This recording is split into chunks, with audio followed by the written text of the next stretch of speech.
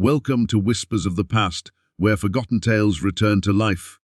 The train whistled long and low as it pulled into the Red Creek station, a lonely building crouched against the endless Montana plains. The air carried a sharp bite of dust and smoke, swirling around the platform where townsfolk had gathered to greet family, friends, or business acquaintances. The horses tied nearby stamped their hooves against the dirt, tails swishing at the flies that clung to their hides. Luke Callahan stood with his thumbs hooked into his belt, shoulders broad beneath the worn leather vest he had pulled on that morning before dawn. He had been here since the last bell rang in the town church, though he would never admit to anyone that he was anxious. Waiting was not something he did well, but today was different. Today he was meeting the woman who had agreed, by letters alone, to become his wife. He had never thought he would take such a step. Luke was not a man who sought out company. He had inherited his father's spread after the old man passed, and the ranch demanded most of his time and energy. Days began before sunrise and ended long after the cattle had quieted for the night. Seasons blurred together in work, branding, birthing, mending fences, fighting the snow when it came down heavy. He was known in town, respected even, but few could say they knew him well. He was not given to long talk at the saloon or church socials. A few years of solitude had hardened him, but it had also hollowed something inside. Even a man accustomed to silence eventually heard the echo of it too loudly. The letters had started innocently. An advertisement in the back pages of a regional newspaper had caught his eye, an agency that arranged introductions between American men and women from overseas who sought a new life. He had laughed at first, setting the paper aside, but later that night the thought had returned as he sat alone at his kitchen table, staring at the empty chair across from him. He wrote, hesitated, then burned the first attempt. The second letter he mailed. Weeks later, a reply arrived in careful, graceful handwriting. Her name was Anna. She wrote in English that carried the flavor of another tongue, and she spoke of wanting a chance at something different. Her world had been cold, difficult, and full of shadows she rarely explained. But between the lines Luke read a longing that mirrored his own. More letters followed, and slowly, without realizing it, he began to look forward to her words, as if they were sunlight breaking the long monotony of days. Now, months later, the train hissed to a stop, and he scanned the faces that stepped down. Businessmen in suits, women in traveling hats, children clutching their mothers' skirts. His heartbeat thudded louder than the steam that billowed from the engine. And then he saw her.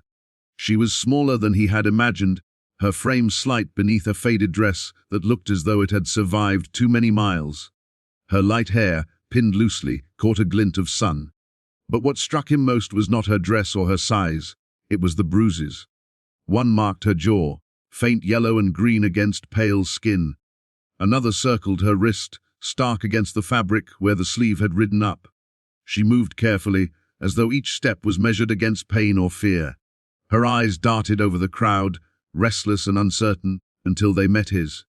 For a moment Luke did not move. A flood of anger, protective and unfamiliar, rushed through him. The letters had not prepared him for this. He had pictured a woman shy, perhaps nervous, but not wounded.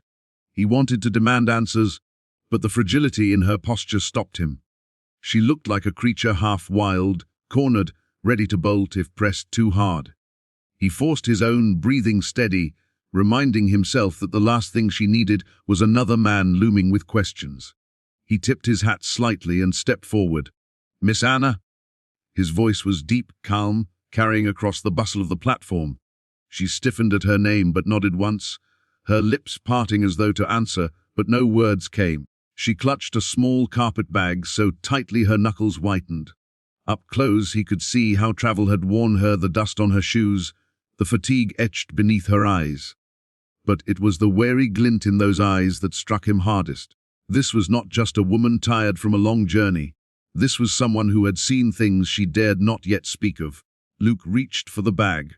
"I'll take that," he said, not as a request but as a certainty. She hesitated, then released it into his hand, her shoulders trembling as though even that small surrender cost her something. He slung the bag easily, and then, without looking back, he spoke firmly. "You're coming with me." Something shifted in her expression. Her lips pressed together, and for the first time, a trace of relief softened the edges of her fear. She followed when he turned, falling into step behind him as though the decision had been made for her. Perhaps she needed someone to make it, he thought grimly. Whatever shadows haunted her, he could at least offer her this, the knowledge that she would not walk alone. The platform behind them filled with voices and laughter, but the sound faded as they reached his wagon. Luke helped her up, careful not to touch the bruised wrist he had noticed earlier. She settled on the wooden bench, hands folded tightly in her lap, gaze fixed forward.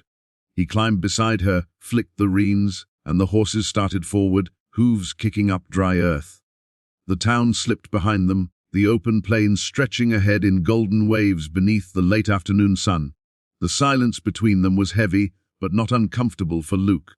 He was a man used to silence. Still, he glanced at her now and then, catching the way she studied the horizon as though trying to memorize its vastness. In her eyes, he thought he saw both awe and disbelief. Perhaps she had never seen land so wide, so unbroken. Montana had a way of swallowing a person whole if they weren't ready for it, but it could also be a bomb, wide enough to hide from the past. He wanted to ask her questions. He wanted to know who had hurt her, why she had arrived in such a state, what had happened in those days between her last letter and this train ride. But he did not. Questions would come later when she had strength enough to answer them. For now, he gave her what he could silence, and the steady certainty of the road home. The sun dipped lower, staining the sky in bands of orange and purple. The ranch came into view, sprawling across the land with its weathered fences and a sturdy house standing against the horizon. Smoke curled from the chimney, a promise of warmth inside. He slowed the horses, guiding them into the yard. Anna's eyes widened slightly, and she drew a quiet breath. To Luke, the house was nothing extraordinary, just boards nailed together and patched too many times to count. But perhaps to her it was something more, a place not meant to break her. He pulled the wagon to a halt and climbed down, then turned to offer his hand. She hesitated, staring at it as if uncertain whether to trust the gesture. Finally, she placed her small hand in his, and he helped her down gently. Her grip was light, her palm cool, but for an instant he felt the tremor running through her. He released her as soon as her feet touched the ground, giving her space. "This is home," he said quietly, more to himself than to her. She stood beside him, staring at the house, and though she said nothing, her eyes shimmered with something unspoken. Hope, or maybe disbelief, he could not tell. But he vowed in that moment, with a fierceness that surprised him, that no one would add to the bruises she already carried. Whoever she had been before, whatever had been done to her, that life ended here. And with that vow unspoken but settled deep in his chest, he picked up her carpetbag and led her toward the door, into a future neither of them yet understood. The wagon creaked to a stop before the ranch house, and Luke set the brake before stepping down. The last light of evening burned low on the horizon, painting the land in shades of amber and rose. The cattle were already quiet in the distance, their silhouettes dark against the fading sky. The ranch sat in a hush that was both comforting and immense. Anna lingered on the wagon seat as though afraid that once her feet touched the ground the world might change again. Luke did not rush her. He held out his hand, steady and patient, until she placed her own in his. Her fingers were cold despite the warmth of the day, and though her grip was faint, it was there. He guided her down gently, letting go as soon as her boots met the earth. The front steps creaked under their weight as they climbed. The house itself was simple, 2 stories of weathered pine, the paint long ago surrendered to the elements. But it stood solid, the kind of structure that spoke of resilience and years of hands keeping it upright. Luke pushed the door open and held it for her. She hesitated again, casting one last glance at the wide, open land behind her before stepping inside. The air carried the faint scent of wood smoke and stew. The fire in the hearth had burned low, but still threw a soft glow across the room. Anna's eyes darted from the rough, hewn table to the rocking chair near the window, to the shelves lined with a few well-thumbed books and the tools of ranch life. To Luke it was ordinary, a house that served its purpose. To Anna it seemed to be something she was trying to measure, whether it meant safety or just another cage. He set her carpetbag near the stairs. "You'll want supper," he said, his voice quiet but certain. He ladled stew into a bowl from the pot simmering on the stove and placed it on the table. She approached slowly, as though expecting someone to yank it away at the last moment. She sat shoulders tight and picked up the spoon with a hand that trembled. The first bite seemed to startle her. She paused, swallowed, then took another and another. Luke watched without comment, turning his attention to the fire so she wouldn't feel the weight of his gaze. But inside, he felt something twist. Whoever had brought her here had not just left her bruised. They had left her hungry, starved in a way no woman should ever be. When at last she set the spoon down, a faint flush colored her cheeks, as if embarrassed by how quickly she had eaten. Luke cleared the bowl without a word, letting the silence stretch. He was a man who believed words should serve a purpose, and tonight there was little to be gained by pressing her with them. Still, after a moment, he spoke. "You're safe here." Her eyes lifted, uncertain. "Safe," she repeated, her accent softening the word, making it sound fragile. "Yes." His jaw tightened as he forced himself to remain calm. "Whoever hurt you, whoever made you believe otherwise, they won't touch you again. Not while you're here." Her gaze dropped to her hands, folded in her lap. She did not answer, but he saw the faintest shudder pass through her, as though his words had struck against some wall she had built inside. Perhaps she wanted to believe him, but could not yet. He reminded himself it would take time. Wounds like hers did not heal overnight. He showed her the room upstairs that would be hers. The bed was small but clean, covered with a quilt his mother had pieced years ago. Anna touched the fabric gently, tracing the worn patterns of color as though she had never seen anything so soft. Luke paused in the doorway, uncertain what more to say. At last he nodded once. "Rest. Tomorrow you'll see the ranch in daylight." She looked at him then, truly looked, as if weighing whether his promise of safety could be trusted. She whispered, "Thank you." The words were barely audible, but they carried weight. He inclined his head, then closed the door softly behind him. Downstairs, Luke sat by the fire long into the night. His mind churned with questions about what had happened between her last letter and the train ride, about the men who had dared lay hands on her. Fury smoldered in his chest, but beneath it was something stronger, a resolve. Whatever storms she carried with her, he would give her the space to heal. He owed her that much, if not more. The next morning broke clear and cold, sunlight streaming across the plains. The air smelled of sage and dust, and the ranch stirred with the usual sounds of work. Horses nickering, a dog barking in the distance, the wind pushing against the barn doors. Luke rose early, as he always did, and went about the chores with practiced ease.